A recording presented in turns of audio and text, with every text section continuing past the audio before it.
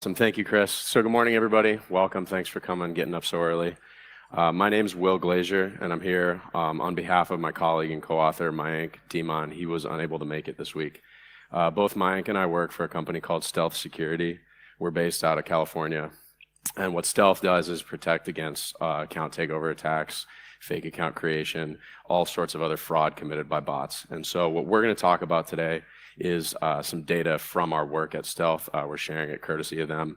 And the talk will be sort of in two parts. We're going to talk first about the attacker's perspective of what do attackers require to launch these campaigns, what are the tools they use, what are the kind of sets of credentials they use, basically just walk you through a list of 5 pillars from an offensive perspective. Then we'll do the same from a defensive perspective and try to give you guys those of you who might be in charge of like defending networks yourselves or gaining visibility into this problem, some low-hanging fruits for you to look at and just see like, okay, now, if I'll look for this pattern and see if I can understand a little bit more about what's going on. So first we'll dive right into it and sort of define what do I mean when I say an automated attack at scale? Well, it's fundamentally a bot problem, and it's the portion of traffic that's not legitimate users, normal search engines and the like, or aggregators and scrapers like Mint, Yodlee, Award Wallet, those kind of things. Those are a business problem that we'll ignore for the purposes of this talk. These attacks are usually executed by attack toolkits available on the underground, custom scripts. They'll attack your API endpoints, not just your website. And determining the intent of these requests is something that we're really interested in to solve this problem.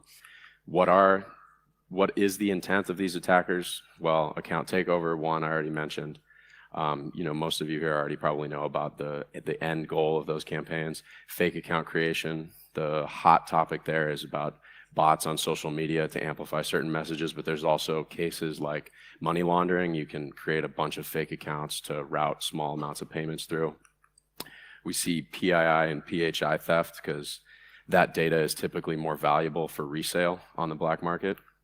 And then we see shopping bots and ticket bots, another example of fraud where a criminal will attempt to buy up all existing inventory of a product, be it a ticket, be it a line of clothing, as soon as it comes out, and then resell it for a nice little profit on the underground market.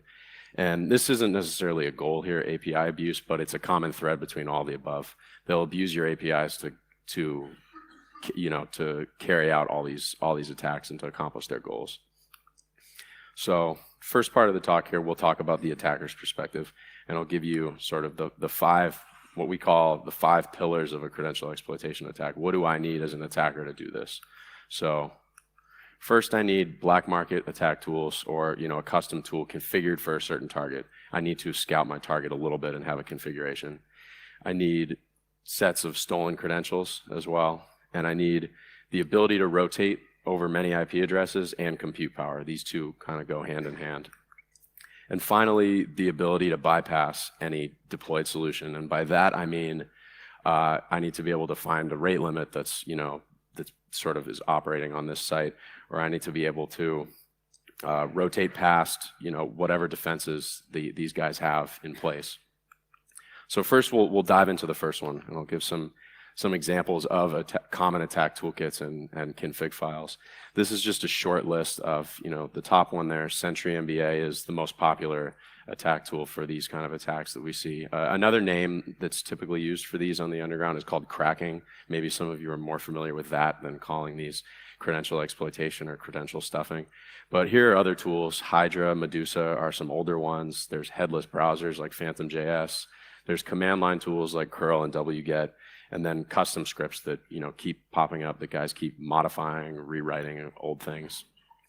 Here's a screenshot of Sentry MBA, and the reason I put this in here is to let you understand a little bit about how easy it is to use this stuff. I mean, you see this is just an easy GUI here, and an attacker, you don't need to know how to write a line of code. You just plug in the credentials you get, you plug in the proxy IP addresses you get, and you click that nice big button there with a lightning bolt that says go, and you just go and launch the attack. So when one of the requirements in there was config files configured for a certain target. So what are these files? Well, they're an instruction set for the tool, determining if it's, determining what's a failed and successful login. And some of these config files are a little more sophisticated, and they have an optional capture setting on them, whereby attackers can gather all the information about a given account without having to log back in again. So that sort of lowers their own exposure to risk to determine the value of the accounts, and they can sell them for what they're actually worth. Some quick facts about the underground ecosystem. What Mayank and I did is we went to the most popular cracking forum for one of these tools and just scraped all the data and said, who are they attacking? What's out there? We found, over 1,800 unique target sites, unique config files. 10% of the Alexa top 1,000 have config files readily available. And again, roughly 10% of those, 184 here, are config files for APIs at those enterprises. So the criminals have, decided to move from, maybe they met some resistance on the web channel and they moved right over, and you see those attacks growing in scale. Now, the average cost of a config file is actually remarkably cheap. It's only $1.73. It does vary by industry and by target. We have that link at the bottom there is a threat report we did on this. You can check out if you're interested in a certain industry. But this is actually one of the chief ways that some of the smarter attackers monetize is they write these configs and they sell them. Now, $1.73 isn't much, but when you're multiplying that by a few thousand downloads, it's a nice little passive income stream for those guys. And the top industries targeted on this forum happen to be gaming, entertainment, e-commerce. There are plenty of other targets and plenty of other forums too. But that's just a quick highlight from one of the forums. Now, moving on to sets of stolen credentials. This is what the attackers need to plug into those tools. We've got, here's just a picture of the haveibeenpwned.com homepage, just, showing you the scale of all the leaked data that's out there. And the thing here is attackers, obviously they can go try and procure this data from whoever their sources may be. There's, massive amounts of data on there. You see MySpace, LinkedIn, Adobe, all these breaches that happened, maybe even years ago in some cases. But attackers could also do something as simple as, what we've done is write a simple crawler for pastebin.com, and we'll harvest more than 20,000 credentials every day. Just run it on an AWS instance, and I'm sure some bad guys are doing the exact same thing. They just scrape everything and use it as soon as it pops up. And this problem relies on the law of large numbers. This is a stat from a Microsoft research team that users average 6.5 credentials per 50 websites. So password reuse is a problem. Like, a lot of us are guilty of it, even though we don't realize it, or some sort of pattern of reuse. And criminals are looking to exploit that stuff. So here's a quick aside. I'm not going to go into too much detail of these numbers here. This is from Dell SecureWorks, but I want to run you through a little bit of a hypothetical situation down at the bottom, where let's say an attacker tries 1 million credentials in one attack campaign, and let's say each stolen account's selling for 25 cents. This is a common one, like common worth of an account or a batch of accounts on a gaming or an entertainment site, like to stream something, or on Netflix and the like. Say they log in with only a 0.1% success rate. Well, that'll net them $250 in just one campaign. And keep that $250 mark in mind as sort of like, pretend that's a break-even point for the attackers, because we'll come back to that later. So now I'll move into sort of these next two areas of an attacker's perspective: the ability to rotate through many IP addresses and compute power. I'm going to show you 3 examples of what we've seen of how the attackers procure their infrastructure to go about launching these attacks. Now, first, from an attacker's perspective, is cloud hosting providers. And I might think, if I'm launching this stuff, I'll say, well, if I can use Amazon or Google Cloud or another cloud hosting provider, I know that a defender is never going to blacklist or alert on an organization like that, because they have a high reputation and they don't want to drown themselves in false positives. And B, they know that these IP addresses get recycled very frequently. So they can't hope to blacklist IPs, because soon, the IP will get recycled and is used by a legitimate, either, legitimate user or a legitimate business partner who runs their infrastructure on AWS.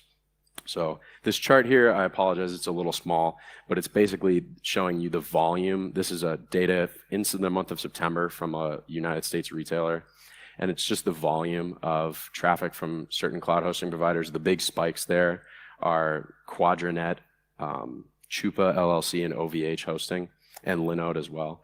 And compare that chart to the IP distribution. We see some of those providers tend to have attack traffic rotating through many more IPs than others. You see here Linode is the big spike in the middle, whereas Quadranet, DigitalOcean, and we see Amazon make a little bit of an appearance there. And the chart on the right is the percentage of malicious traffic that we saw from these organizations, from these providers. And we actually saw at a whole, when you group all the traffic together, less than 2.5% of traffic from these cloud providers was legitimate at this retailer. And the high reputation providers perform better. 15% was legitimate because you do have aggregators and business partners running on that infrastructure, but 15% is still remarkably low when you're looking at this from a defensive perspective. And the question here is, how long do these IPs stick around and continue to send malicious traffic before being recycled? An attacker thinks, okay, I'm sort of in the clear because these orgs aren't going to get blacklisted, these IPs won't get blacklisted. But what we found is actually not entirely true. We found that 80% of these IP addresses showed up in our own internal threat database, which is actually comprised mostly of open source data, which anyone can have access to. And we found that over 50% of the IPs showed up at other customers of ours. So obviously that's not public data, but it just shows you that the same IPs are being reused in different campaigns. I'm sorry. And one more thing before I move into this picture is these IPs showed up on average. 92% of them showed up more than a week before the attack. So the data wasn't stale; it was hanging around for a while, and the average date that they first showed up was more than 4 months before the attack. Now, this picture is traffic that we've seen from Amazon.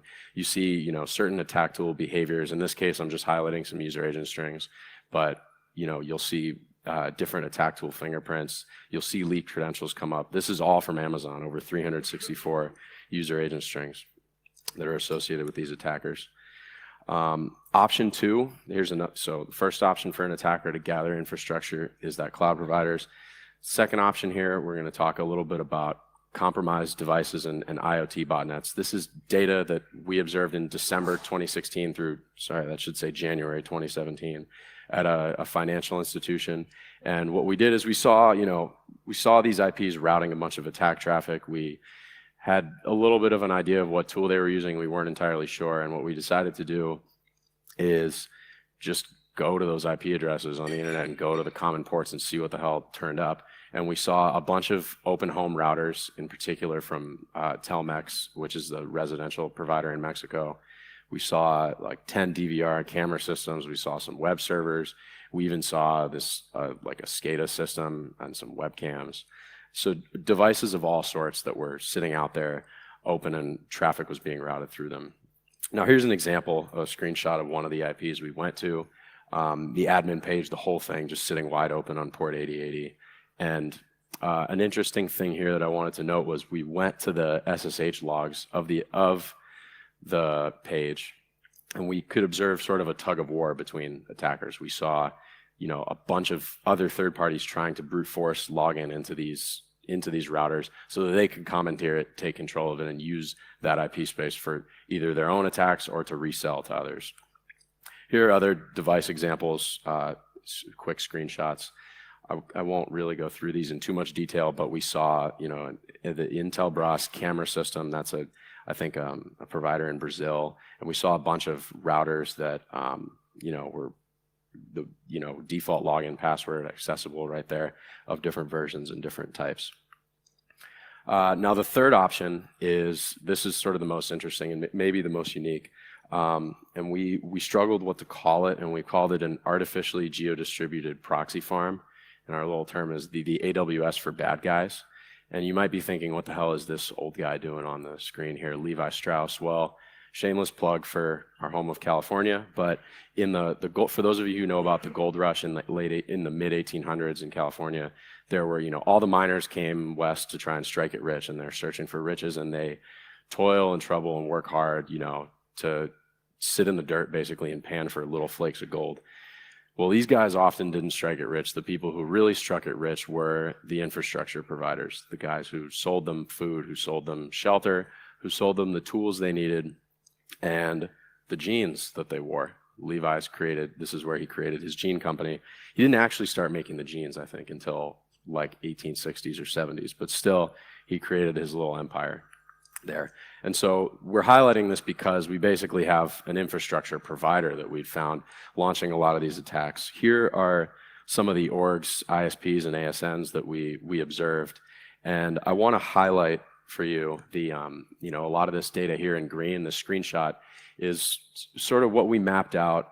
It's a pattern that we observe from all their networks. They take a big /22 or /21 /20 CIDR range and break it down into a ton of /25 networks. And you see they've got a Seoul network, Las Vegas, Tehran, all over the globe. You need a proxy from anywhere, you got it from this guy. And the IP space is all, registered under the same higher level CIDR range. So this was suspicious. This Whois record is sort of a representative one from one of the Panama networks that they had. So here's some more indicators. Once we saw this was suspicious, we dug into it a little bit.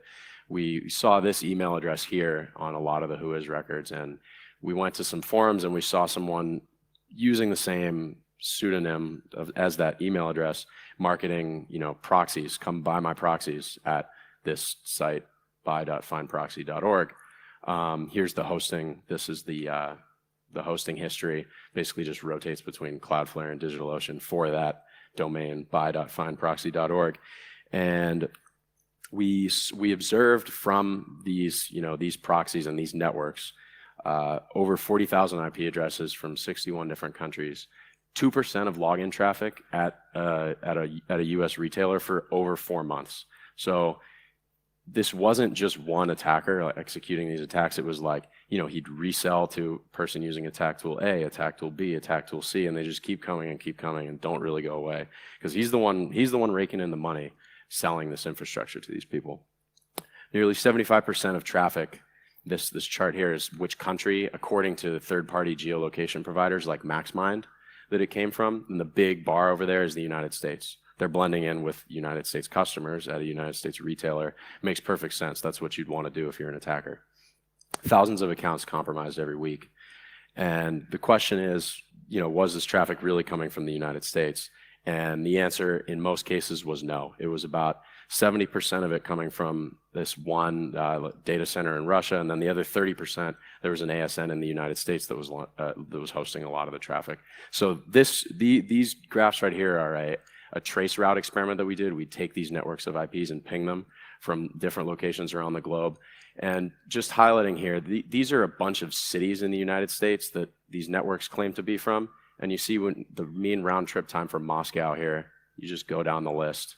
Ignore the mean column here and focus on the median, because there were some that would hang. But 3 milliseconds from Moscow, 130, 135 roughly from Washington. So that doesn't make sense. I mean, Honolulu is pretty far away from Baltimore. Same deal here when we talk about the different countries that these subnets would be registered to. You see the same pattern. So this once again raised our suspicion.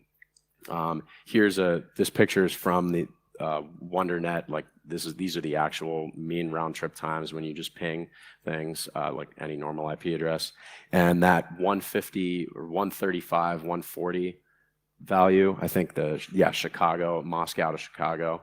That's what, when we looked at it and we compared those values and we said, yeah, we're pretty close here. So we can say with pretty high confidence that this stuff is not coming from all these different countries it says it's coming from. This chart down here is traffic that actually came from the United States. What countries did MaxMind say it was coming from? Only about, a little bit over a third United States and a bunch of traffic from other places. The chart for the traffic coming from Russia is even more colorful and more countries. How do they monetize this stuff? Well, here's this attacker, our friend that we compared to Levi Strauss there. Well, here's the website, and the reason I, had you keep that $250 mark in mind is that's what he's selling access to this service at for a month, $250. And they even say here in the website, we have our data center in Kaluga, Russia. And interestingly enough, a lot of the other orgs and ISPs there was all these vague references to like Region 40 or like Depot Data Center. And we looked up, so when I looked up the city of Kaluga, I found that Region 40 of Russia is actually, when you look at the municipal vehicle, like auto buses, license plate codes, Region 40 is Kaluga. So all the buses there start with Region 40. So all these clues kind of keep like, that I was tying together. And this is that same Depot 40 website of the data center that was hosting these guys. So that's a little bit about all the attackers' sort of different methodologies. Now, from a defender's perspective, how do we detect these attacks in a proactive way? Here are our 5 pillars of detection for protecting against these attacks. I'll just scroll through these here, and we're gonna go through them one by one. But the first one we're gonna start with is, analyzing the HTTP request fingerprints of these attack tools, studying the default configuration files. And we'll start with that tool, the first tool I highlighted, Sentry MBA. We call it, a plug-and-play attack tool, like I said, because it's so easy to use. Well, here's a list of, just the default user agent strings. And you might think, all right, that's only going to get me so far because attackers will just change. Well, turns out most of the time they don't. We analyzed down here, we analyzed the HTTP fingerprint of these tools. We analyzed over 1,500 config files and found that only 12% changed the request fingerprint. So extremely valuable low-hanging fruit for detection if you're looking to stop these attack tools. Oftentimes they're missing the refer header, accept language header, accept encoding header. And that 6th user agent string you see down here, the testing UA, is not even supposed to be used by, that's when the attacker is testing if the tool works and if their config works. And oftentimes we'll see attack campaigns where the entire thing is the testing UA because they can't even use the tool right. So interesting behavior there. Here's some traffic patterns from Sentry MBA, just showing you that there's a variety of like high velocity spikes here. The red traffic is Sentry, the green is all traffic for a certain day. And these longer periods of low and slow attacks. Sentry's, configurable. You can configure the number of bots you want to use and run the attack either low and slow or fast and furious. We see recon activity with, successful login rates less than 0.01%. And verified credential attacks with successful login ratios. They take a list that they've already verified, they log in with 99% success rate. This is another just a representative cluster of Sentry MBA traffic. The second pillar of detection that we want to talk about is a concept that we've looked a lot at, and we call it forged browser behavior. Why would a normal user, advertise themselves on the user agent string as Chrome, but really be running something totally different? And it's a suspicious behavior. We don't really care about what it is they say they are. We just care that they're not what they're claiming we don't care what they're really behaving like. We just care that they're not acting like who they say they are. And we've developed some machine learning models to sort of parse out these differences. And I want to highlight 2 attack tools in particular. We've got, for those of you who are familiar with American Rocky movies, that'll explain our goofy names here, Vlad and Drago. But these two tools are, the first one, Vlad, impersonates Firefox 40 on Windows 10 via the user agent string. And it actually behaves more similar to a command line tool like wget or curl. And similar from the attack tool Drago, impersonating Chrome 56 on Windows 8.1. And we looked at all the other traffic from all the other Chrome families, and it just behaved nothing like it. So once again, a suspicious pattern from a defensive perspective. We saw, when we compiled all these attack tools together, we see, in this graph here that every single large spike at these, at this retailer's infrastructure was caused by one of these attack tools. So the infrastructure was massively over-provisioned, and there are tons of cost savings for them just to fingerprint these attack tools.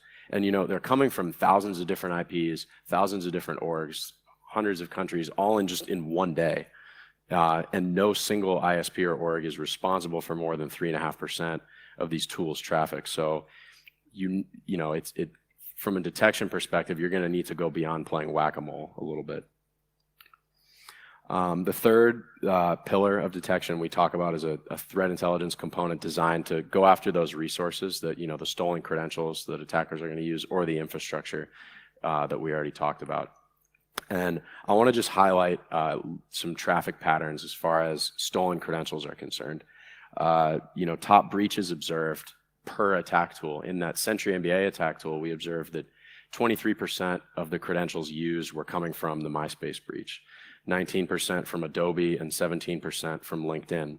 And an important thing to note is down here, each username tried by that tool appeared in an average of 3.5 breaches. Our attack tool Vlad, that one that was impersonating Firefox 40, had similar patterns, just a little bit higher ratios of everything, of all these breaches. And same thing, each username tried appeared in 3.4 breaches on average. When we looked at legitimate traffic, things that weren't forged browser behavior, things that we didn't think were an attack tool, we actually saw that 42% of usernames didn't appear in any breaches at all, which surprised me. I thought that was actually a pretty high number, because you kind of got to think that everything's already out there. And each username appeared in an average of 2.6 breaches. So finally, we'll move on to kind of the last two here, covering your web, mobile, and API channels, because attackers are going to move wherever there's least resistance. And the first tool we'll highlight on an API was one of them, back at a similar retailer, a legacy API that 97.2% of their traffic to this legacy API login was coming from this, CoolPad attack tool that is a popular Chinese mobile device, but this US retailer doesn't do any business in China, so they're looking at that kind of like, what's going on here? And it was all of their traffic to their legacy API. No one was really supposed to use this thing, because they basically didn't know what was going on the legacy API login until they were able to use some of these detection methodologies and fingerprint technologies. Final attack tool I want to highlight is one that explains a little bit about longer period of time behaviors, that fifth pillar. This was a tool that was responsible for almost 40% of web login. And the behavior pattern I want to focus on here is this third one.